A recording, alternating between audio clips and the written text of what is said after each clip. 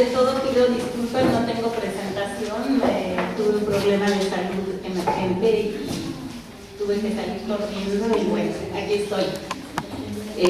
Con buenas noticias de mi enfermedad, pero pues no me dio tiempo de hacer la presentación que normalmente hago. Voy a leer, sí logré hacer de mi ponencia grande un extracto y lo voy a leer con la idea. Yo manejo fuentes en este trabajo y yo sí estoy convencida de que todo se perdió.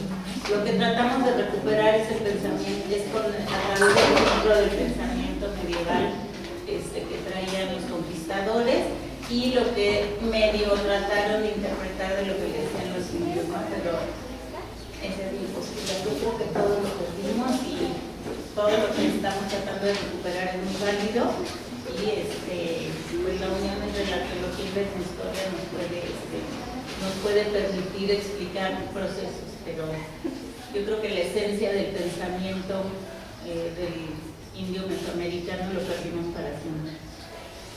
Bueno, mi trabajo se llama de cómo los indios escondieron sus ídolos en las cuevas. Introducción. Para los misioneros fue imperante desmembrar la institución religiosa. Fue la fe el elemento ideológico que usaron para trastocar la idiosincrasia del indio y coadyuvar con los militares en el control de la población, de la mano de obra, los recursos naturales y el territorio. Fue la fe y sus representantes los que lograron acercamientos fundamentales a los grupos indígenas a través del aprendizaje de sus idiomas y en varios casos su protección frente a los rapaces militares y encomenderos como portadores de la palabra divina. Sin embargo, fueron los que comprobaron después de largas discusiones con juristas que los indios sí tenían alma. El objetivo de este trabajo es resaltar las formas en que los indígenas, al ser despojados de sus creencias, sus dioses y la parafernalia que los acompañaba, trataron de resguardar su memoria escondiendo las imágenes en cerros y cuevas que para ellos ya tenían de por sí connotaciones simbólicas y religiosas. La religión en Mesoamérica. Esta jugó un papel fundamental en los eventos por los que transitaban los individuos desde que nacían hasta su muerte. El principio dual que representaba los opuestos contrarios, como vida-muerte, masculino-femenino, día-noche, y las creencias en torno a que el individuo tenía varias almas, cada una con diversas funciones y destinos después de la muerte del individuo, permeó el pensamiento de los mesoamericanos. Es posible que sus antecedentes se remonten al preclásico, pero sabemos que ya se encuentra en el clásico, donde los dioses se fueron resimbolizando al paso del tiempo con nuevos elementos, algunos conservando sus orígenes y otros modificados de acuerdo al momento en que se le deificaba. Es probable que los eventos que marcaron a la sociedad del clásico fueran condicionados por dioses identificados por la gestación, fertilidad, sobresaliendo los de la lluvia y del agua. Ambos tenían una parte femenina y otra masculina. Las actividades que llevaban a cabo sacerdotisas y sacerdotes eran como personificadores de los dioses. En el posclásico creció el panteón de los dioses. A cada uno de ellos se les adscribió fecha para su veneración, origen, jerarquía, advocaciones, rituales específicos, representaciones materiales, vestimenta, parentesco con otros dioses y los fenómenos naturales a los que personificaban. Ese momento histórico, relacionado con el militarismo, también se reflejó en nuevas formas de culto, el aumento de los sacrificios humanos y las representaciones culturales referentes a la muerte. Sagún menciona que los dioses gobernaban el universo, el fuego, los espíritus, el aire, las estrellas, el agua, el sol y la luna.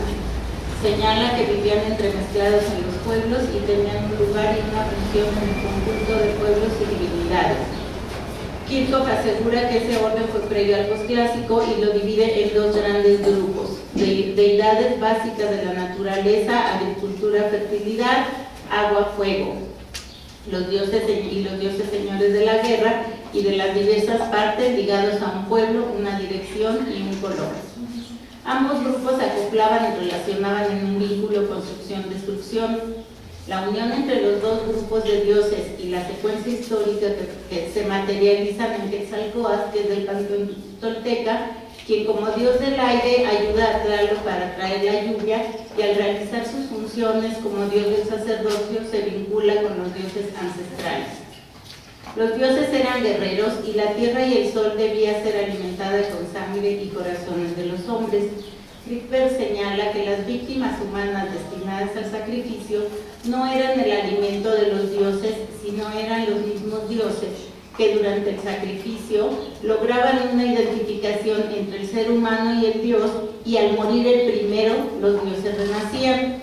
La idea tras estas prácticas rituales era que las víctimas se convertían en el mismo dios, lo personificaban, tomaban sus atributos y así la población los veneraba como tales, al identificarlos con el mismo dios. En el posclásico hubo un aumento notable de sacrificios, vistos, según López Austin, como formas en que transitan las fuerzas del cosmos a través de los sacrificios humanos. Los mexicas estaban convencidos de que no era un castigo, sino un deber honroso, por lo que había fuertes sanciones para quienes no aceptaban el distinguido cargo. Los cerros y las cuevas como elementos simbólicos. Tanto las cuevas como los cerros fueron elementos de la naturaleza que los indígenas prehispánicos aprendieron para sí e integraron a su pensamiento para entender y explicar su mundo. A través del tiempo, lograron una conexión entre el cosmos y la naturaleza por medio de la intermediación del espacio y el medio ambiente que les rodeaba. En el punto intermedio se ubicaba el hombre como ser viviente. Con esta visión, las sociedades tomaron en cuenta en su espectro relacional a las manifestaciones de la naturaleza como el clima, las estaciones del año, la lluvia, el viento, las nubes, los cerros y las cuevas, todos interrelacionados.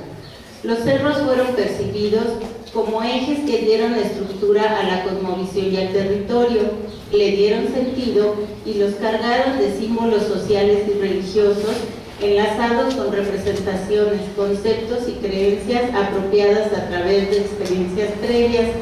Consideraron los beneficios que otorgaba a quienes lo valoraban, lo imaginaron como grandes contenedores de maíz y agua subterránea, elementos fundamentales para asegurar la sobrevivencia humana, por lo que había que darles un trato especial.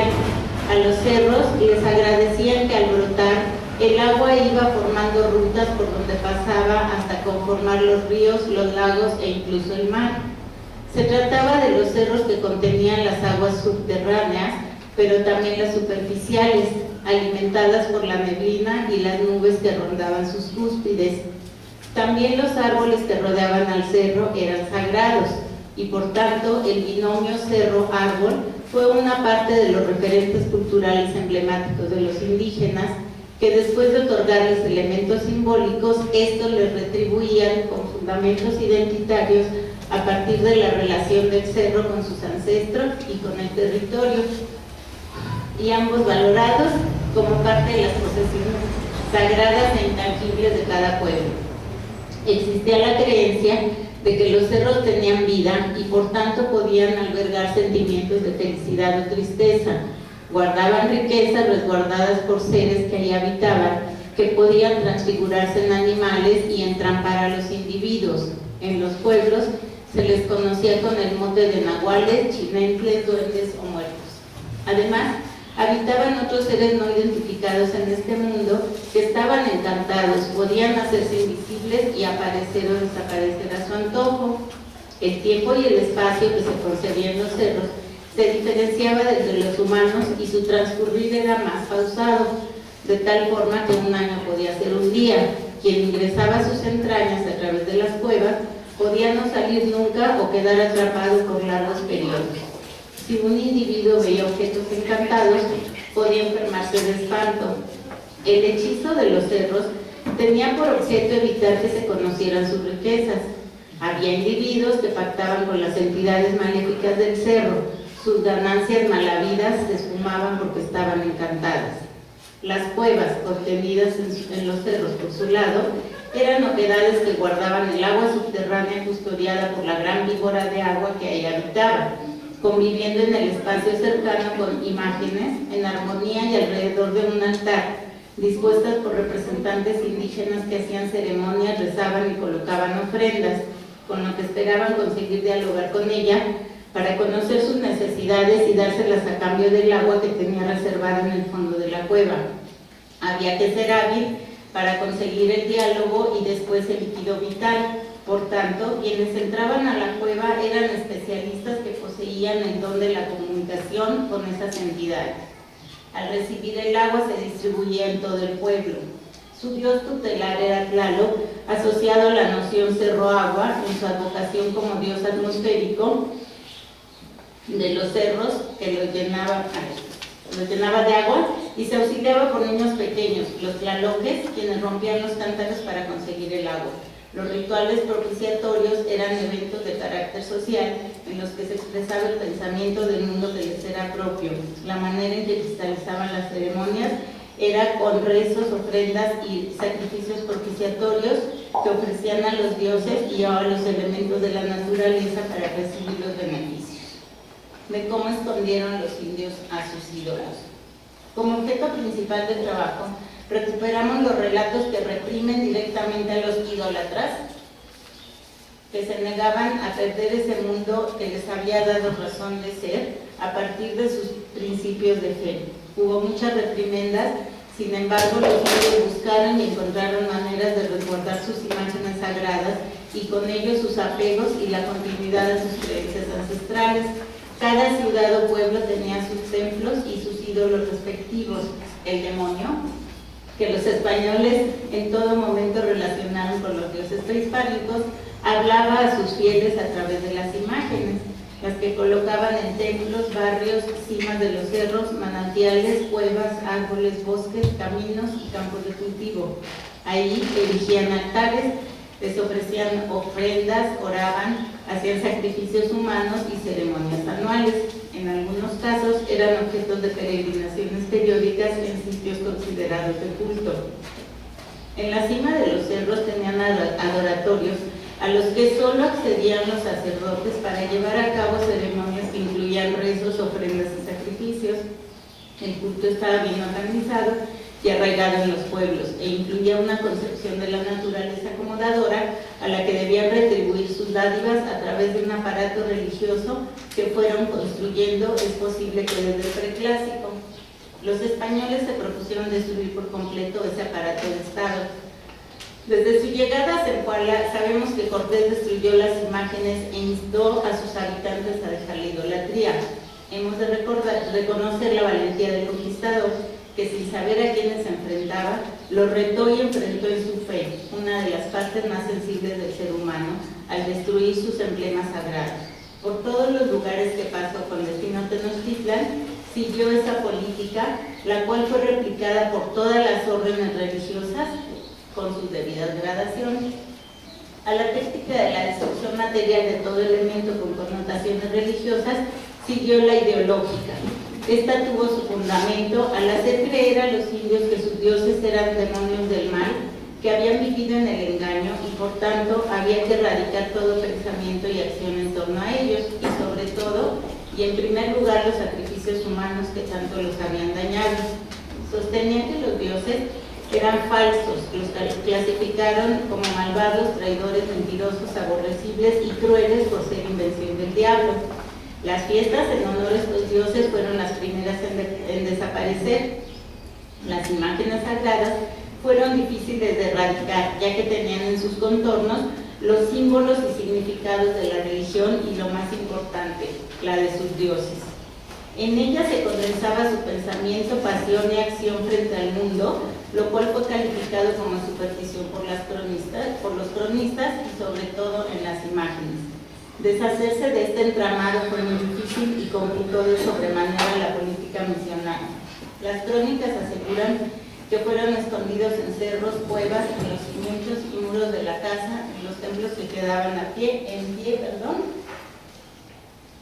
en las cruces y en aquellos lugares donde acudían con regularidad a continuar sus prácticas religiosas. Narran que llevaban a cabo ceremonias nocturnas en lugares y tiempos donde no podían ser vistos para seguir realizando sacrificios humanos, ya que a través de su práctica tenían una estrecha relación con los dioses. Inclusive se les pidió que seguían enseñando a los niños y jóvenes la religión prehispánica. Al enterarse los frailes llegaban a los pueblos, todo destruían y torturaban a los indígenas, de tal manera que los indios empezaron a hacer imágenes en ese momento para dárselas a los frailes y que los dejaran de torturar.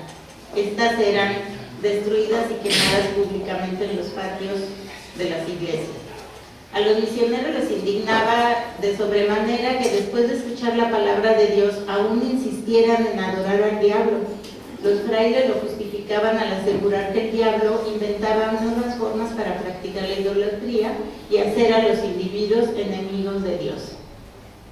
Estos indios malos fueron delatados siempre por los indios conversos y castigados duramente.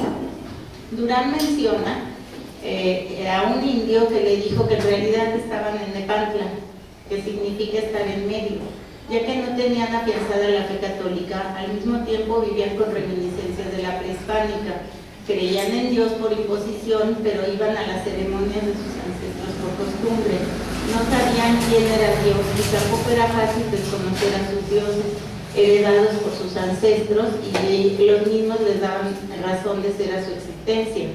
Vivían, por tanto, en un estado liminal frágil, sin claridad respecto a sus valores y sentimientos, ni hacia dónde debían inclinar la balanza frente al caos que se vivía en todos los aspectos de su vida cotidiana, política, económica y religiosa.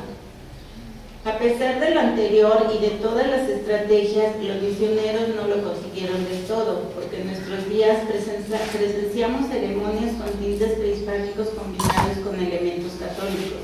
Es decir, a través del ensayo-error, las comunidades indígenas lograron una mixtura de símbolos y significados de ambas religiones, con las que, por un lado, engañaron sutilmente al misionero y, por otro, preservaron parte de sus tradiciones religiosas. Solo voy a mencionar las de petición de lluvia y las peregrinaciones que se hacen las de petición de lluvia en la cima de los cerros, dirigidas por los graniceros o los que trabajan con el tiempo. Seguramente todos han ido a alguna o saben de ellas, que se realizan principalmente en Oaxaca, Guerrero, Tlaxcala, Puebla, Hidalgo, Morelos y Estado de México, por mencionar las más sobresalientes, en donde los días en los que se practican es en el inicio de la temporada de lluvias para pedir, y cuando finalice el ciclo para agradecer. Se accede al cerro y en su cima, donde disponen un altar, sacrifican animales, se reza, se dan ofrendas para pedir que el agua riegue sus campos sin que el granizo queme el producto de su siembra. Todo el pueblo participa, pero solo suben los que dirigen la ceremonia, mientras que el resto de la población queda atenta en la iglesia, donde se reza, se canta y todos en armonía convencen a los espíritus propiciatorios que escuchen las peticiones del pueblo. Los coheteros, las planideras y los músicos son imprescindibles. Por otro lado, también se llevan a cabo peregrinaciones anuales a lugares considerados sagrados, donde se piden favores para obtener salud, dinero, trabajo para las familias y los pueblos. Hay todo un orden para caminar largos tramos, donde el propósito de la peregrinación es caminar en comunidad para lograr conseguir los favores del santo al que están peregrinando. Existen rutas bien trazadas y ahí es donde se cristaliza el agobio que se sufre en el transcurso del peregrinar cuando ya llegan, ya que se cumple la meta y con ello la seguridad del favor solicitado. Conclusión. Considero que el miedo y no el convencimiento de profesar una nueva fe fue el factor que logró motivar el cambio. No fueron las prédicas de los frailes, ni la imagen del nuevo Dios, ni su martirio, ni el ejemplo de los misioneros que pregonaban sus logros al evangelizar a millones de indios, mucho menos el menosprecio, insulto y destrucción de sus dioses y sus templos lo que los convenció. fue el miedo que en ellos infundieron el que actuó de manera efectiva al ser torturados, vituperados, despojados de sus apegos y de sus centros religiosos. Miedo a no encontrar en el nuevo Dios un referente similar al suyo. Miedo a cómo explicar a sus ancestros el por qué habían aceptado el cambio. Miedo al abandono y a la reacción de sus dioses ante este nuevo escenario. Miedo al cambio mismo sin poder predecir su futuro inmediato.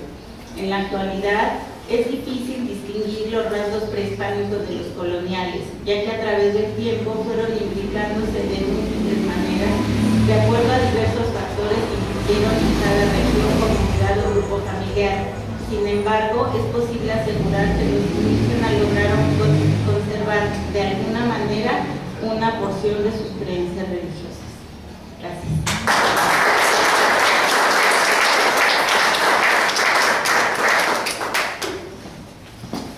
Analizamos la ponencia, la constancia siempre.